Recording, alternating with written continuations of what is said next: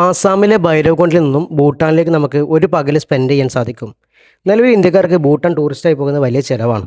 1,200 daily tax നൽകണം. ഒരു അംഗീകൃത ഗൈഡിനെ ഹയർ ചെയ്യണം. ഗൈഡിന് ഒരു 2,500 3,000 രൂപയൊക്കെ നമ്മൾ നൽകേണ്ടി വരും.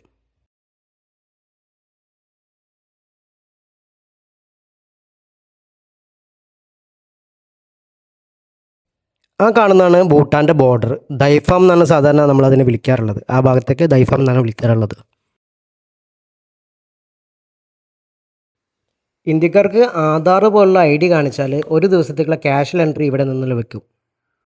ദൈഫാം എന്നത് ബ്രിട്ടീഷ് പീരീഡിലെ പേരാണ്. ഭൂട്ടാൻ സർക്കാർ ജോമോ സാങ്ക എന്നാണ് ഈ ഭാഗത്ത് വിളിക്കുക.